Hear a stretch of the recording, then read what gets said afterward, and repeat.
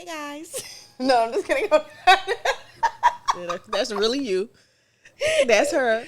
That was not. I sound like that? Yeah. We're back. Better than ever. Welcome back to UnProvoked, the podcast, where we talk about all things sent to provoke you and how you... I feel more confident saying that now. Yeah, girl. Say it. You said it so much better. Yeah, well, we talk about all things sent to provoke you and how you navigate through those things. Period. Yeah, I feel My a girl. lot more like... Because, okay, so... Now you rep your set. Yeah, because now it's just like, we ain't just saying it. It's actually like... Facts. How do you say? You, like it's coming full circle. I was saying, me and Shanice was talking about this a few days ago, and I said, when God calls you to do something, you can't, like, there is no such thing as failing, because it was like, that's what he called you to do. So it's like, when you sleep on certain things, when you have an idea, and you feel like, how we said in the last episode, like that uneasy feeling, even if it's a thought that just doesn't go away, pursue it. Yeah. So, You posted that in your caption too. I did? Yeah, when you posted the TikTok, and you was like, if you're having thoughts of starting, just do it. Yeah, just start. Because I've been I have this friend who always tell me, like, yo, you procrastinate so much. Now, if you just did it and you stay consistent, you would go so far. I am... Wait.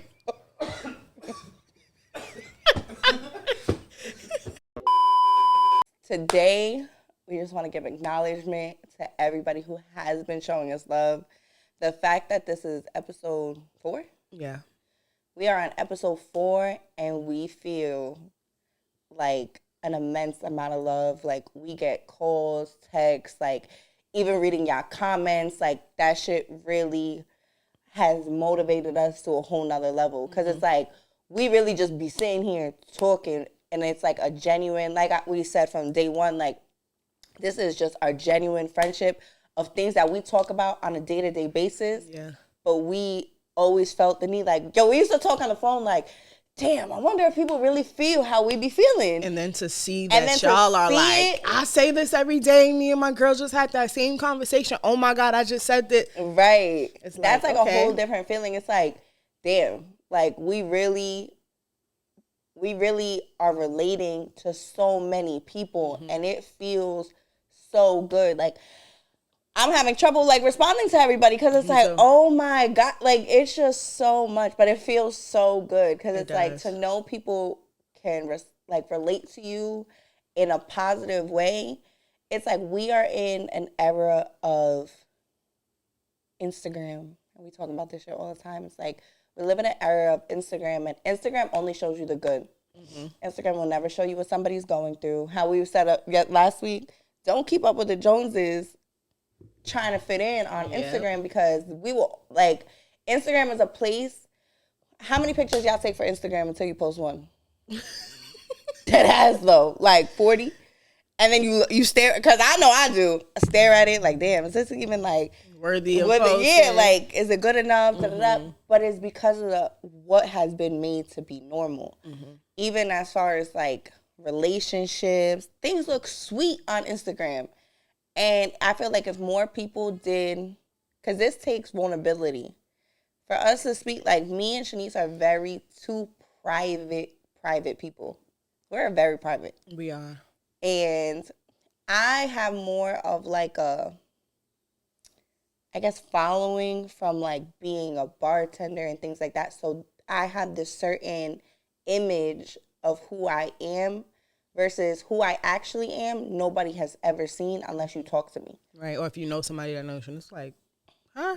Right. She's quiet. She's a good girl. That's kind of how it is. But we really wanted to, when we started this, we wanted to be relatable and to know that we are actually achieving that and to get the love back. And it's like, oh, I've been through that too. Or, oh, I'm going to start saying that now. And then we're seeing y'all take one clip and then really run with it and hashtag it and turn it into something. It's like, that's a great feeling, because now we know that y'all, we're not just here just chatting on the mic. Because I almost didn't want to start because you read a lot of comments on like Spiritual World, Shade Room, and it's like, oh, they giving everybody a mic. Oh, throw the microphones away. Everybody want to get a podcast. Right. But we didn't just pick up mics and decide that we wanted to just chat. We wanted to come off relatable. And that's why in the beginning of the podcast, we always say we're going to talk about things that are sent to provoke you on how to navigate through those things. Because a lot of the stuff that we talk about, we know everybody goes through. Like, life, it happens to everybody. So if you watch this podcast or any other podcast, maybe this one is just going to be the one that just happens to resonate with you. Right. And it just feels good to know that we are becoming relatable and people actually feel what we got to say, and y'all are interested in it feels seeing good where we're to know going. We're not the only ones who feel the way we feel. Right. Like, you know, sometimes you sit there like, am I bugging? Like, am I bugging for feeling like this? Even how, you know, on the In Between Blessings one, y'all went crazy. I'm still going ham with that one. It's crazy. And it's like, that was truly an area of our life. Like, I'll definitely speak for myself. Too. Like, that was a big point in my life when In Between Blessings was really what got me through that time. I'm like, if you know, being vulnerable, I'm in between blessings right now, and it's not even a financial thing. Like, I'm in a space currently where I don't know what's happening. Yeah. And it's like life is happening and it's like triggering feelings for me. Like, for the last 2 weeks, I've been feeling grief. I've been feeling a great sense of grief. And it's just like, I'm feeling that way because whatever it is that I'm going through, the one person that I would talk to about it is not here. So now I'm having new feelings triggered. Right. So it's just like, it just be a lot. Right. You know, so being vulnerable with y'all, like, that's one thing. And then even there was this one comment with the lady who like, she got super personal, and it was just like, damn, like, we made you feel that comfortable that you could share stuff like that with us. So it's just like, I'm going to always be 100 with y'all. Jojo, tell that kid to be quiet. Listen, I'm a working mom. So if I hear my kid in the back, ignore it. But like, yeah, the In Between Blessings thing is just like, I'm right now currently feel like, and I don't want y'all to take just In Between Blessings as just a financial thing. I'm literally I don't know what I'm going through, but I'm like going through something. I'm not like depressed or anything, but I'm feeling like I'm going through a breakthrough. And I'm not really sure what's happening, but something in my life is happening. So I'm kind of just trying to figure it out. We were supposed to shoot Wednesday. We were supposed to shoot a couple days ago, right? So she doesn't know this. We were supposed to shoot a couple days ago, and I kind of was not avoiding her, but I kind of was avoiding her because I wanted the conversation to be that much more authentic, but I couldn't avoid you for that long because it's just like, all right, fuck it, we not shooting. Now I'll go back to regular scheduled programming. But it was like for 2 days, I think we didn't talk. He was like, I haven't spoken to you in a couple of days. But that was on purpose. Yo, because I wanted this to be that much more. She said this before we started shooting, like, I'm not going to talk to you. And I'm like, who you not going to talk to? I tried. I will really walk down the hall and bang on her door. Yeah, I tried because I'm like, even what I just said as far as like me being in between blessings, that's not something I shared with you personally yet. Like, that's her first time hearing it. I know, like we had spoke about in the first episode, I know my friend. So I can talk to her. I know when her energy is off. I called her yesterday to talk about something, and I already sensed her energy. And I said, you know, this is one of Shanice's days. She needs a day. I was like, you okay, sis? I'm going to call you back. And she'll say it all the time. Kim always calls back. Always calls back. But I didn't call back because I already knew what she was going through. So I was like, you know what? She needs her day, and I'm going to give her day. I know I'm going to see her tomorrow. We're going to talk about it. It's like, and it's not even that I'm necessary. I don't know what's going on. But I do know that I am experiencing grief like it just happened. But that's and I just feel like I had seen something the other day, and it was like, we sometimes look at people who have life so easy, and we feel like those are God's chosen ones. Yeah. You know? And I spoke about it earlier because that's how I felt, especially growing up. I used to face so much, like, it was so many big things. It wasn't even like little things. You know, like somebody goes like through little things. No, I had big events, life-changing events throughout my childhood. So I'm like, I don't understand. Like, why am I constantly going through this? And then they were also saying, it's in this sense of what you're going through, of like vulnerability and that feeling of being like your back is against the wall. That's what I spoke about going through the first episode when I was like, oh, like I was really bad and then I was sitting in my blessing and I didn't even realize it. I just feel like when you are stripped of everything I just want you to know that I kind of carry that with me now. Ever since you said that, like I'm sitting in my blessing now, and I didn't even notice. I kind of now when I'm like feel like I'm taking things for granted, I kind of go back to that what you said because it was just like, yo, are you getting emotional? No, I'm not. You look like you're. You look like you get emotional, but no.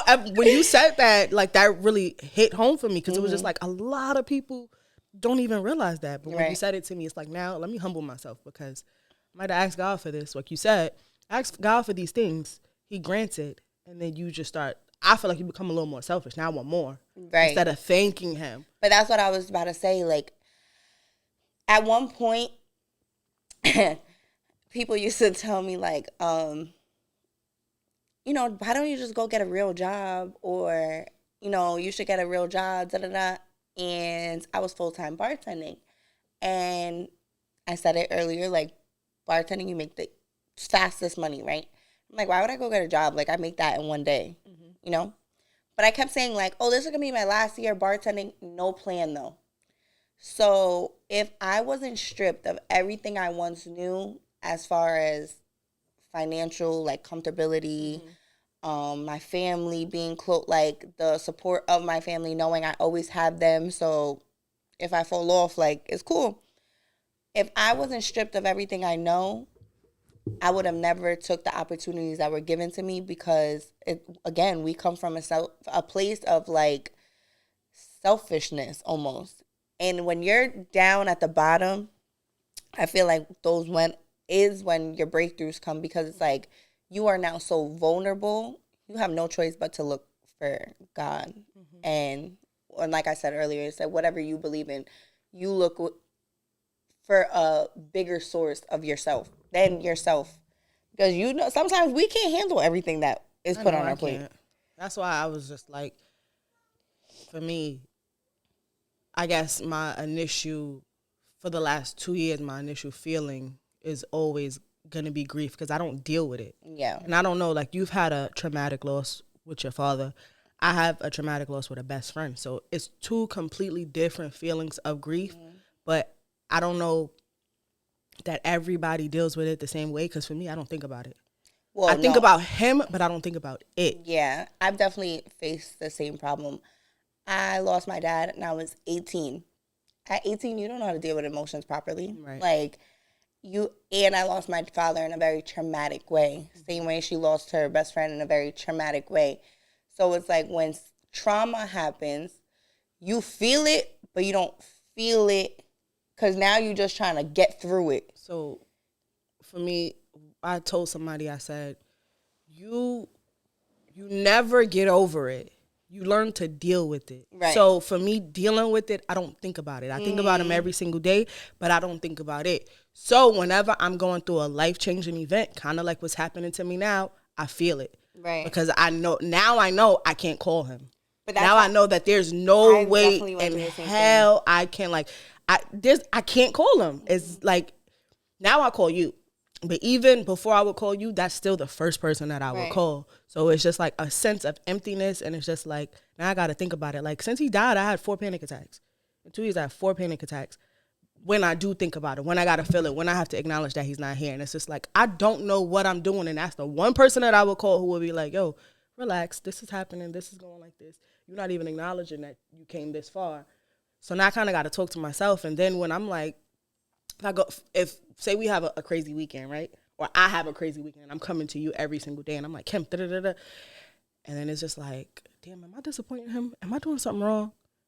You know what I'm saying? So it's just like, it's such an uneasy feeling when you're dealing with grief, and I only feel it when I'm going through whatever emotions I'm going through right now, because I can't quite pinpoint what's happening in my life. But something in my life is changing. That's so normal, though. Like, at this point, I said 18.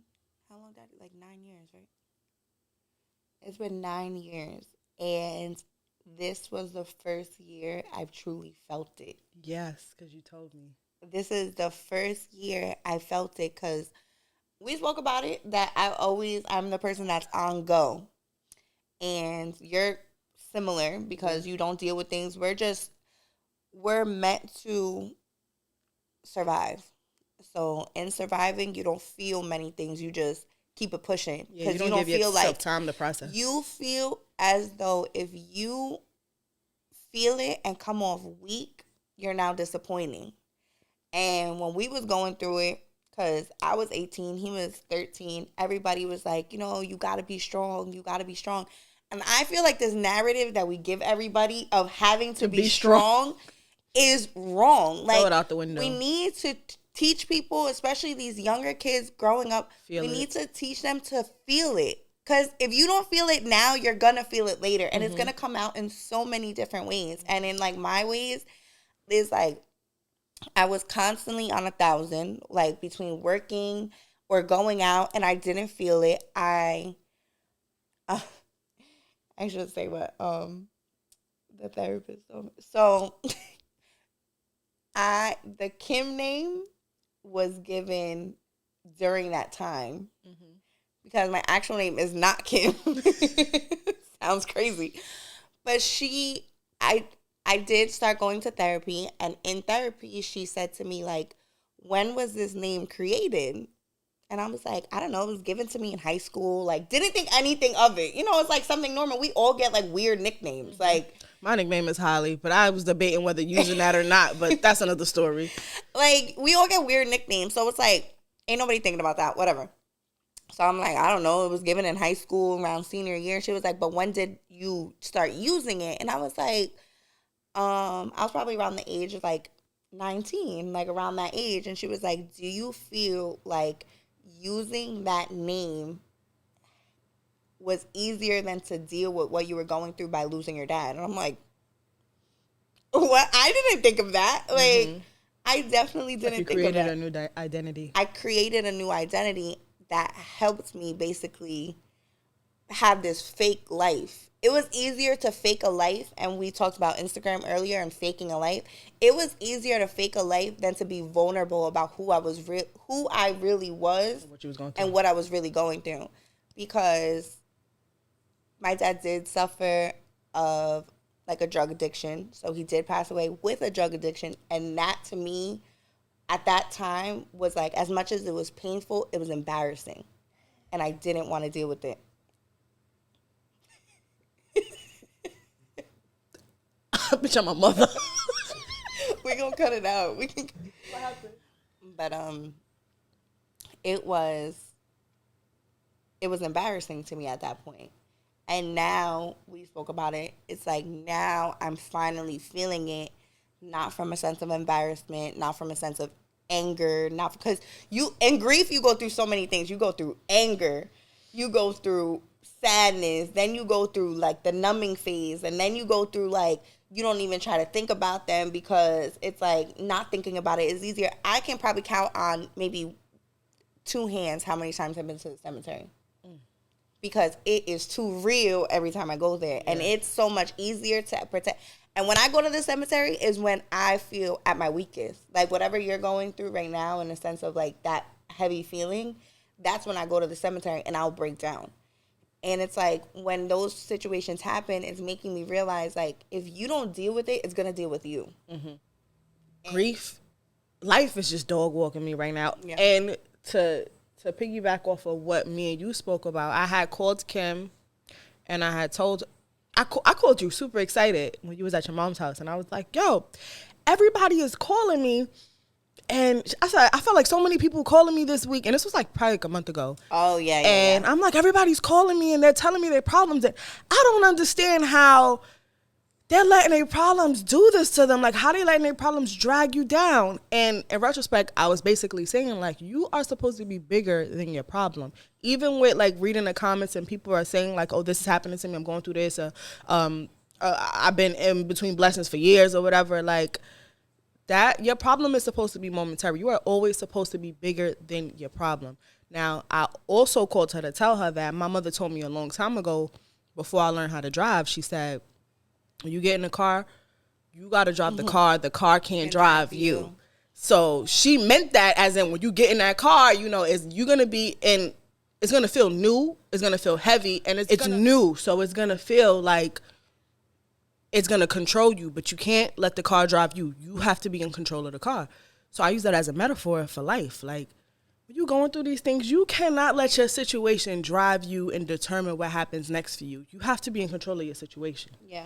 So I say that to say, I called you a month ago, like, I don't understand how everybody's acting like this situation is bigger than them. Like, and then now look at me. Life is whipping my ass. But it's such a weird sense, though. Like, because nothing is happening, but something is happening. Yeah. I just feel like it's normal.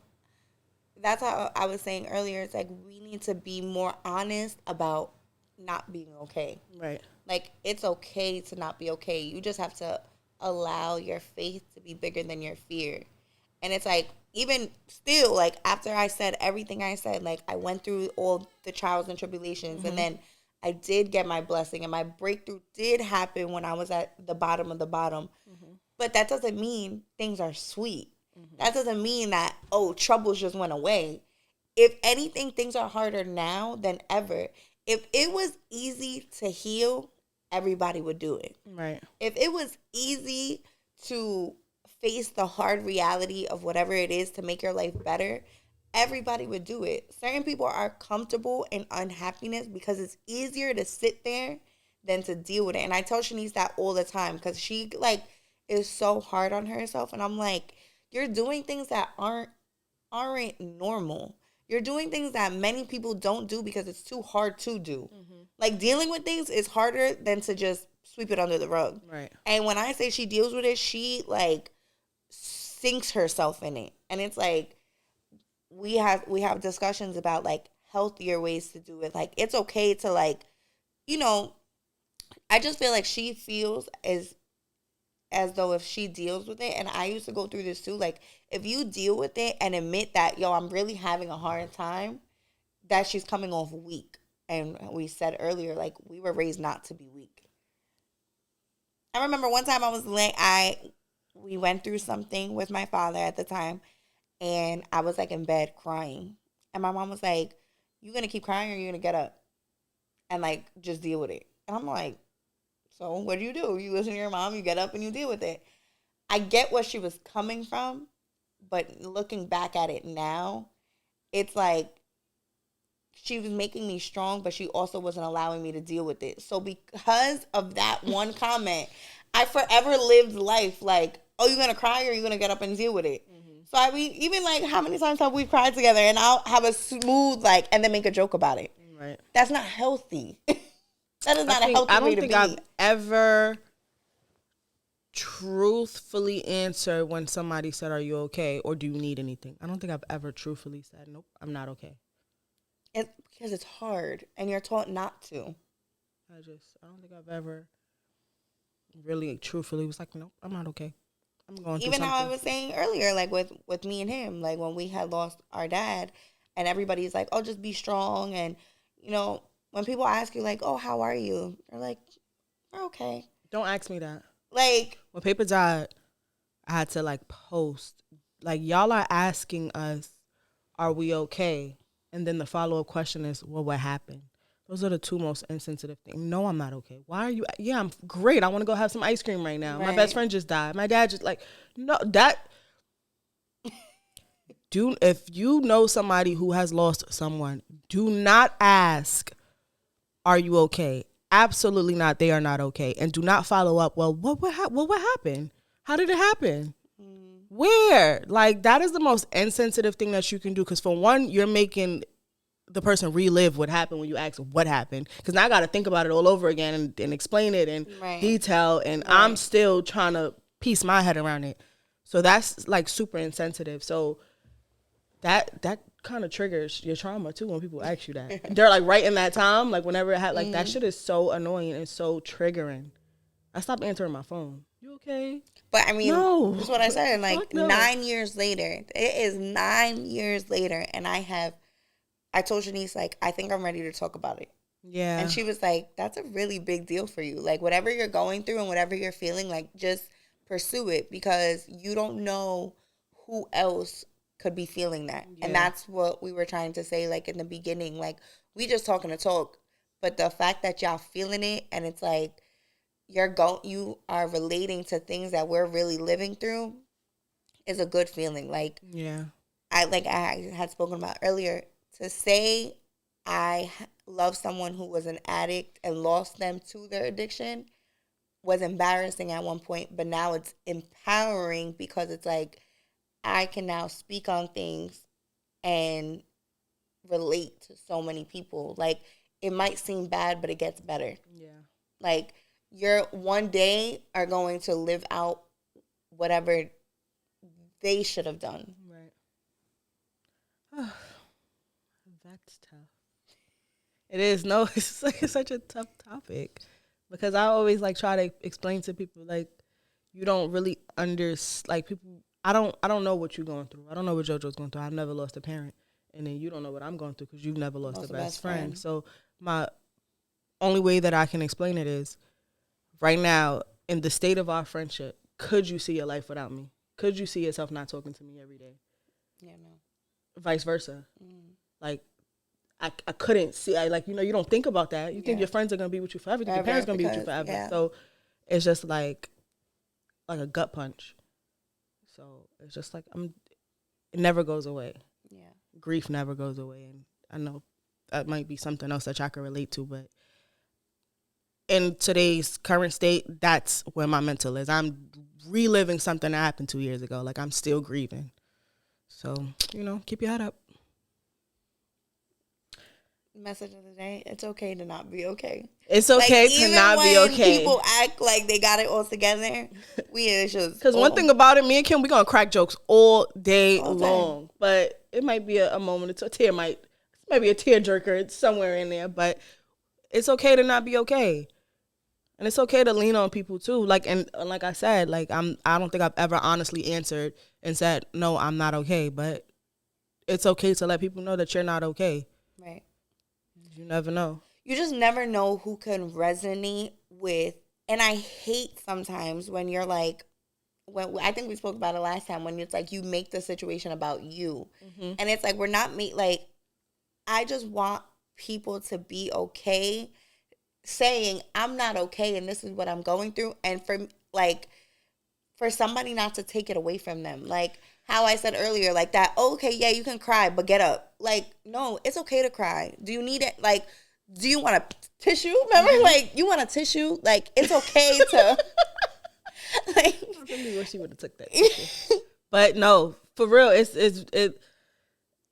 just like lay your head right here. Like, just cry. Yeah, like I get that, like what you said as far as like what your mom said. It's just like, feel it. Do not let anybody take that from you. You need to feel it, because if you don't deal with your emotions when it's happening, you're going to be... The emotions are going to deal with you. Yeah. And if you ever notice, like, people that, especially now, right? We are in a time, and I love this area that we're in, because when I was going through my healing, TikTok was basically my therapist, because people talk about, like, shadow work,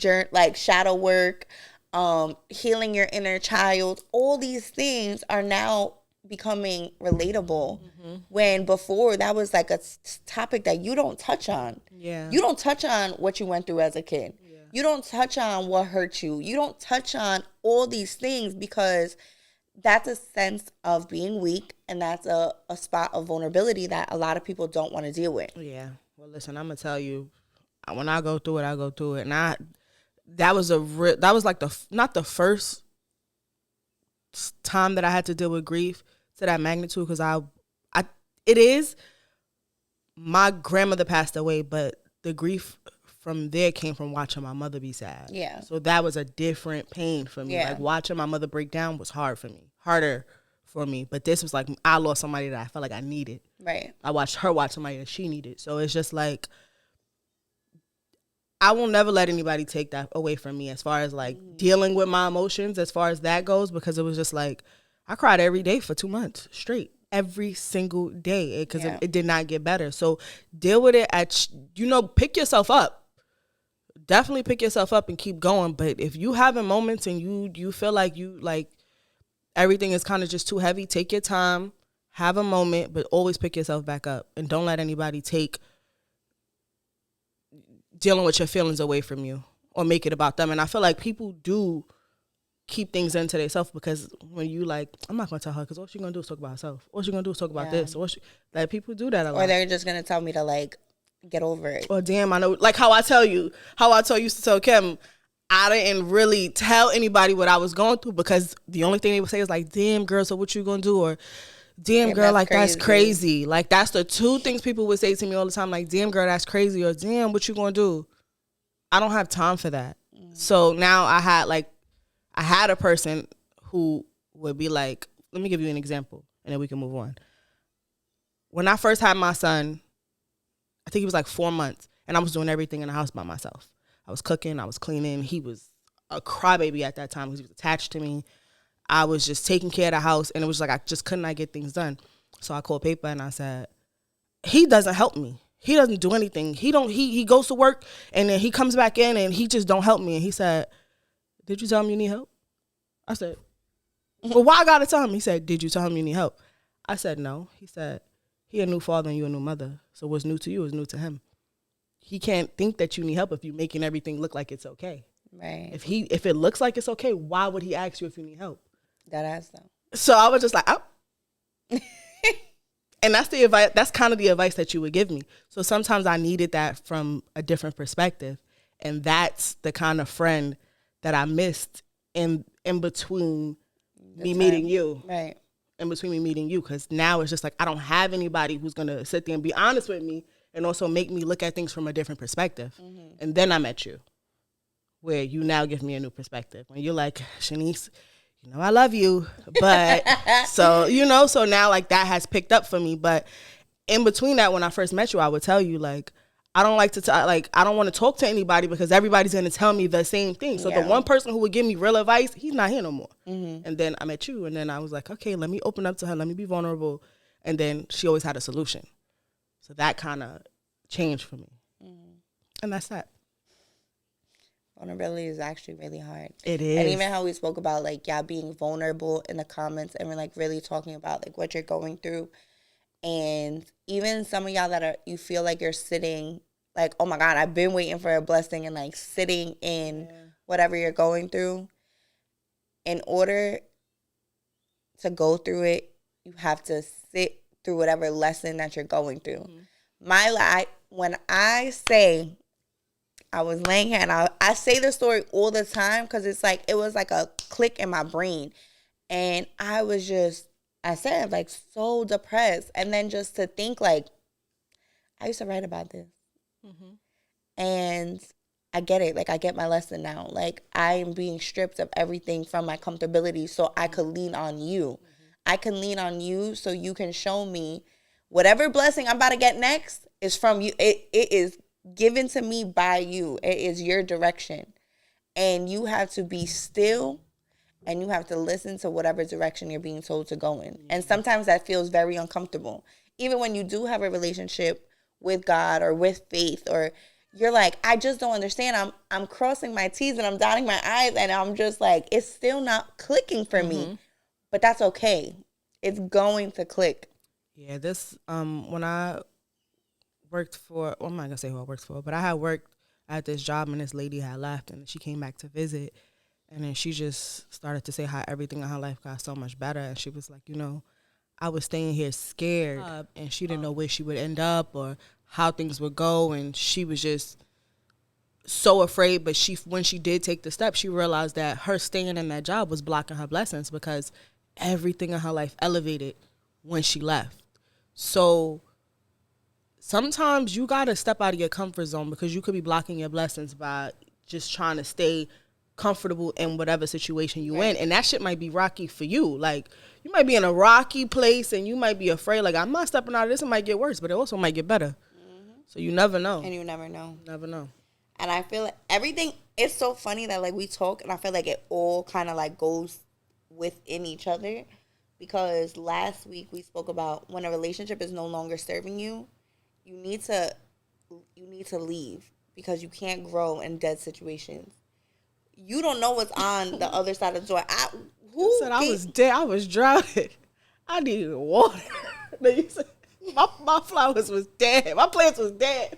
I needed water. Bad.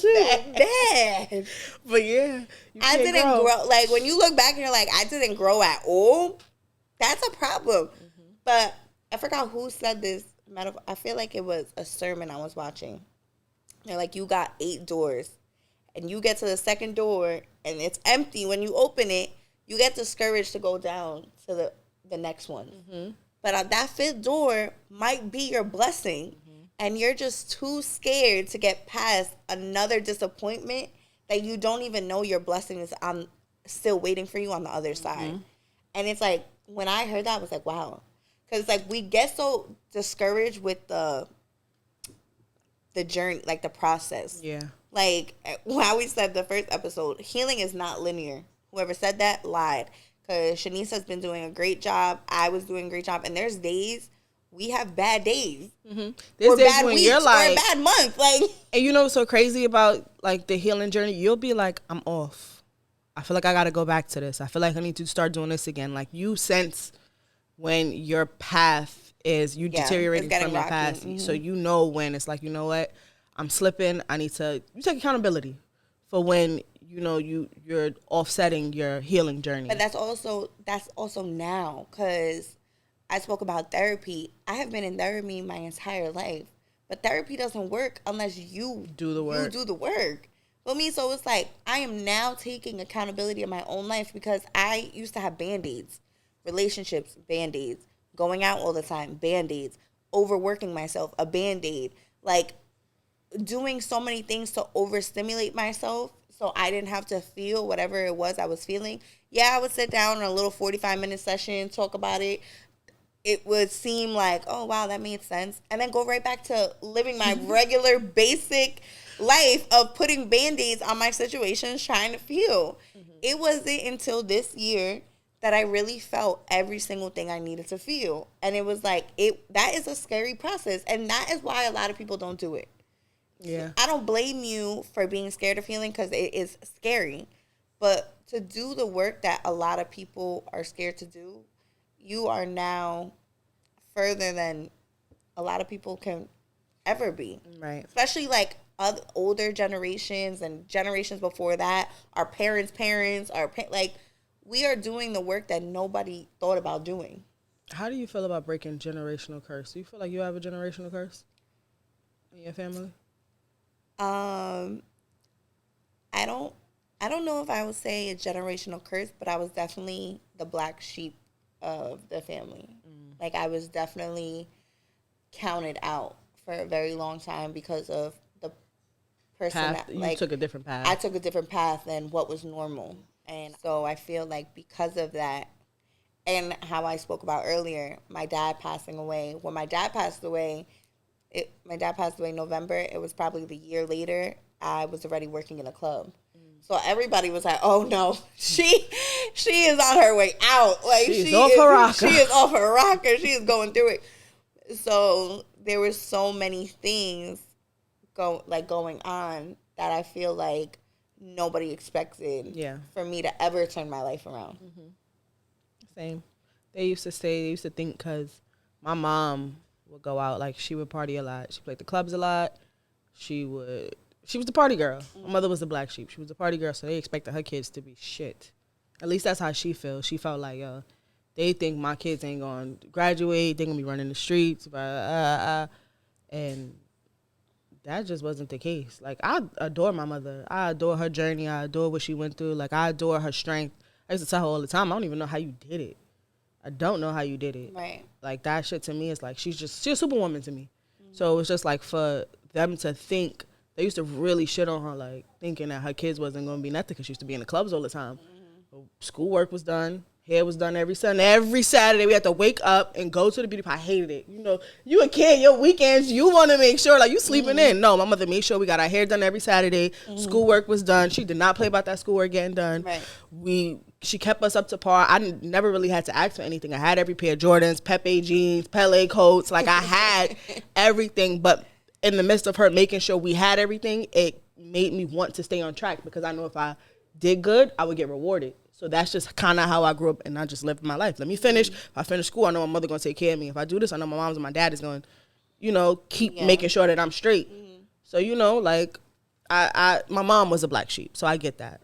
I mean, my father was definitely the black sheep, too. And, like, me and him are, like, one of the same person. Mm-hmm. Like, we we're able to like make friends everywhere we go, or like come in a room and it's like everybody knows you're there type of thing.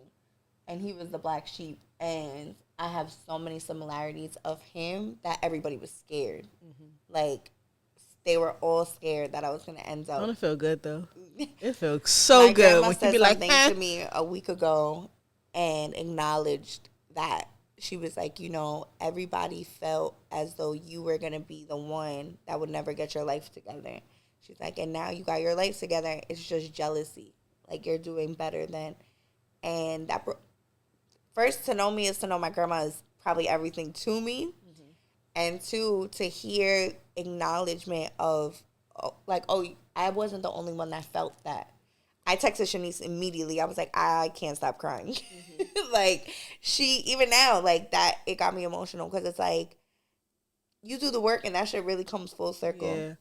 Oh, she needs some tissue, JoJo. Shut up. She do. I swear to God, she needs to cue the tissue. No, but it's okay. It's okay to feel like that. She dead ass needs tissue. No, I don't. She do. Look, she needs tissue. I swear to God, she needs tissue. But you did call me, and I felt good for you because that's a conversation we had prior to your grandmother even saying anything. You told me the story. You told me how we friends, so we've already talked about it. So can we go in a little bit, not into depth, but you hosted your first family gathering, and that was a big deal for you. It was a very big deal. It was a big deal for you, and I bought you flowers because I knew that you were nervous. Like, I could just read the nervousness on her. Like, she just wanted it to go so well. But I think a lot of her wanting it to be so perfect was because she knew that feeling of everybody already looked at me this way. They thought of me that way. And now I get to show them that I'm not who y'all thought I was going to be. I'm a whole new person. So I felt like it was a lot of pressure for you. So it's just like everything came full circle. I don't. No, because I don't, because like that, like your grandmother's like everything, that shit just came full circle for you. Yeah, it did. That was a full circle moment. For sure. Oh, friend, I love you. Me too. And I like to see you grow. Like I'm only watching like the tail end of where you are, because to me when I met you, you were already like a stand-up person. Yeah, but when you met me, I was also like in the rut of everything. No, I feel like when I met you, you were in the rut of a relationship. Yeah. Your life was, to me, I looked at you as independent. You were working. I looked at you as a hard worker. Like, oh, she's a hustler. That's how I looked at you. I didn't look at you in any other, I didn't get a chance to see whoever they saw. I saw a hustler. That relationship was everything I needed to, how we said earlier, if you don't deal with your problems will deal with you. That relationship showed me that because I didn't work through my issues with losing my father, because I didn't work through my not feeling worthy of certain things, my abandonment issues, because I did lose my father at a young age, I got into a very unhealthy relationship. And I'm not going to sit here and say that man was a bad man. He's not a bad man. It just showed me that I didn't deal with what I needed to deal with, and it came out in that relationship. And when you lose something that was like, now I have to deal with everything at one time, how we were speaking about grief, it's like, I'm not even grieving just my relationship. I am now grieving everything I have been feeling for the past 27 years in one sitting. So now I'm losing a relationship. I'm dealing with grief of my father. I'm dealing with pain of and struggling of whatever I'm going through. It's like, you transition out of sometimes we look at the relation and people are like, oh my God, like you're that depressed over a relationship. But it's like, one, relationships are very, like, they're a big part of you. And two, it's like, there's so much more into it. Like, I'm not just losing a partner. I'm now losing a sense of like life that I was also scared. Like, when you lose a parent, like when you lose anybody, you now try to hold on to everything. You don't want to lose anymore.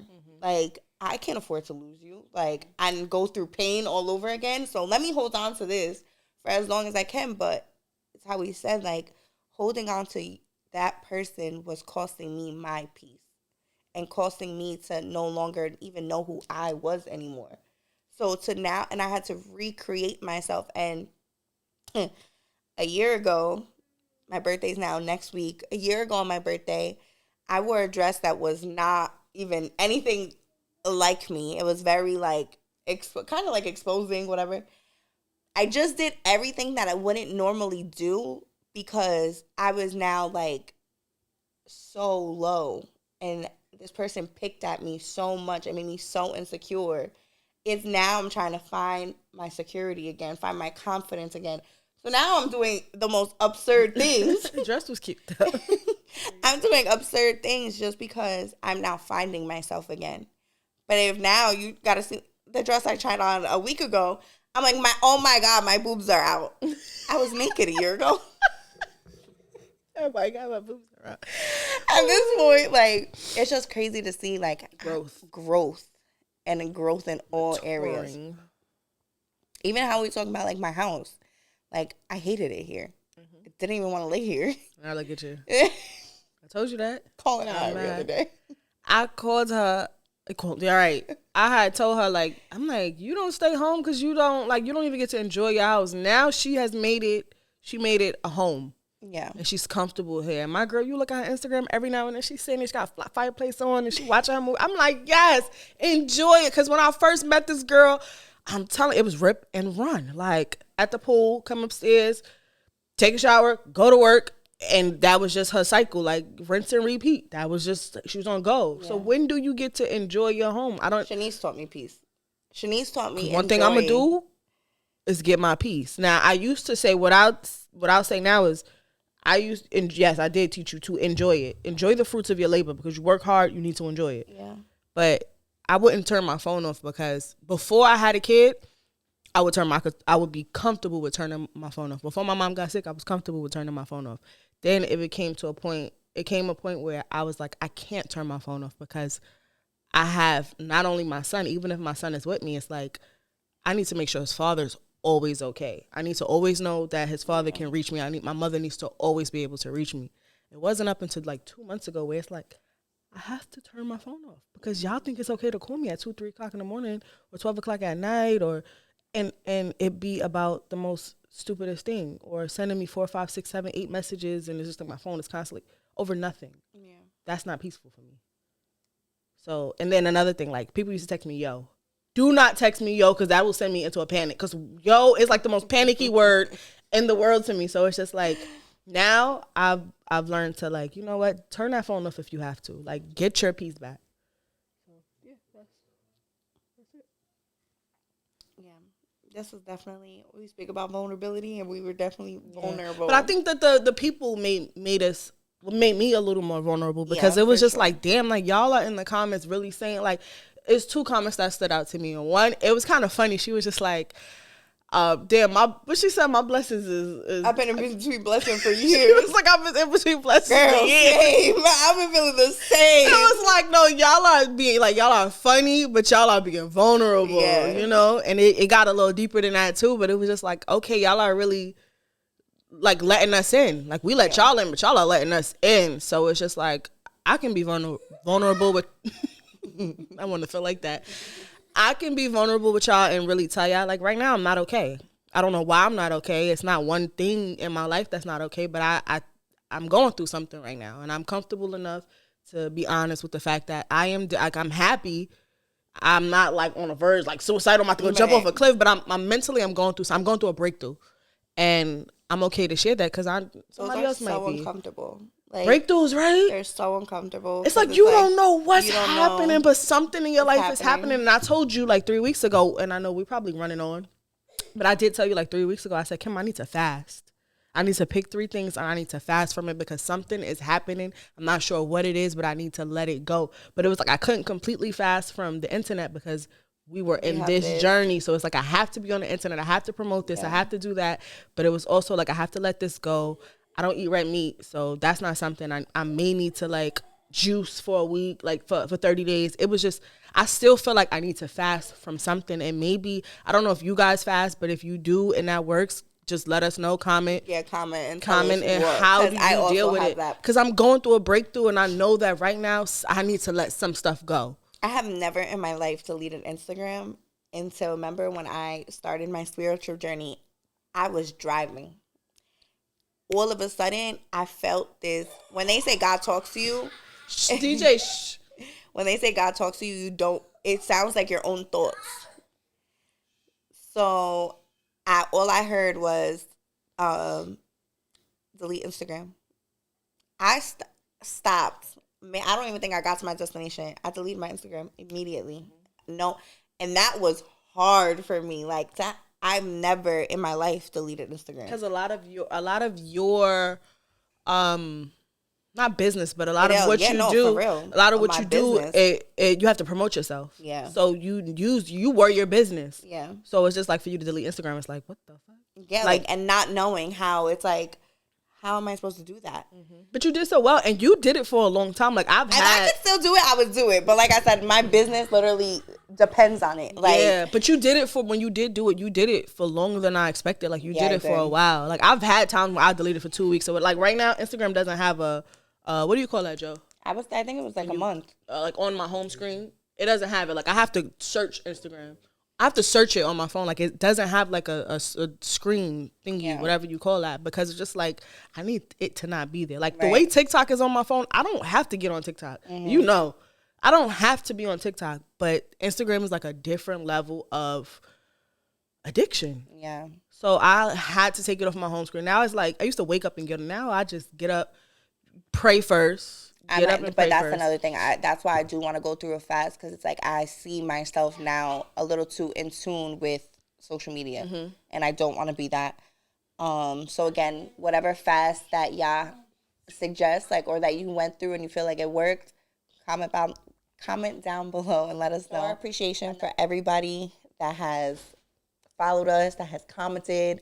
We do see all your comments, and sometimes I don't want you to just think that we're ignoring it, or it's just so much that it's sometimes so hard to like get to everybody, because it's like an overwhelming feeling of like gratitude. But we do want to give back. So we are going to do a giveaway for 3 people.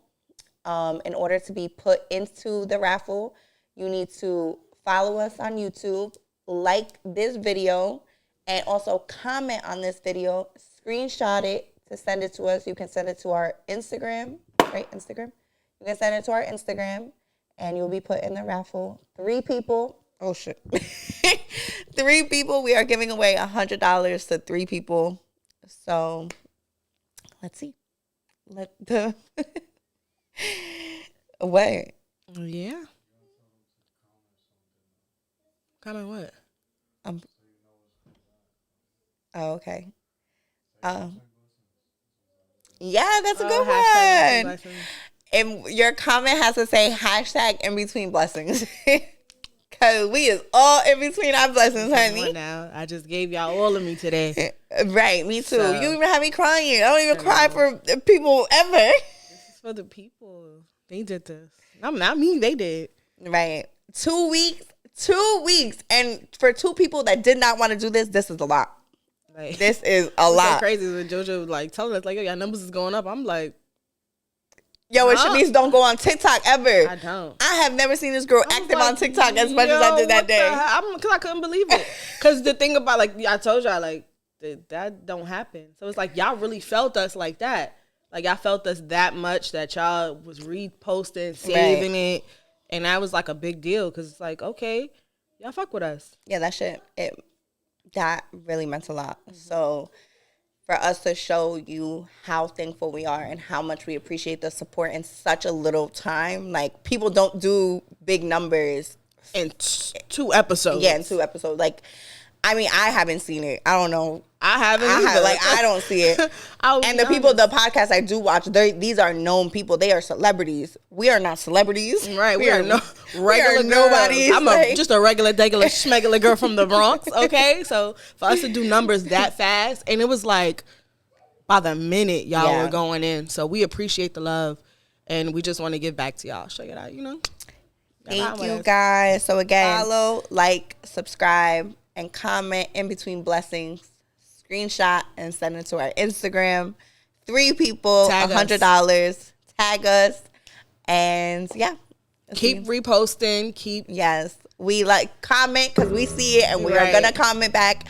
And we might even comment on our personal ones sometimes because we really be feeling like the comments like that, and they really resonate with us. Like this one comment really resonated with us. We talk about it off camera. And we can't wait to be in different positions later on down the line, hopefully, and be able to help so many people. So we love y'all. Yes, we do. We will see y'all next week on episode 5.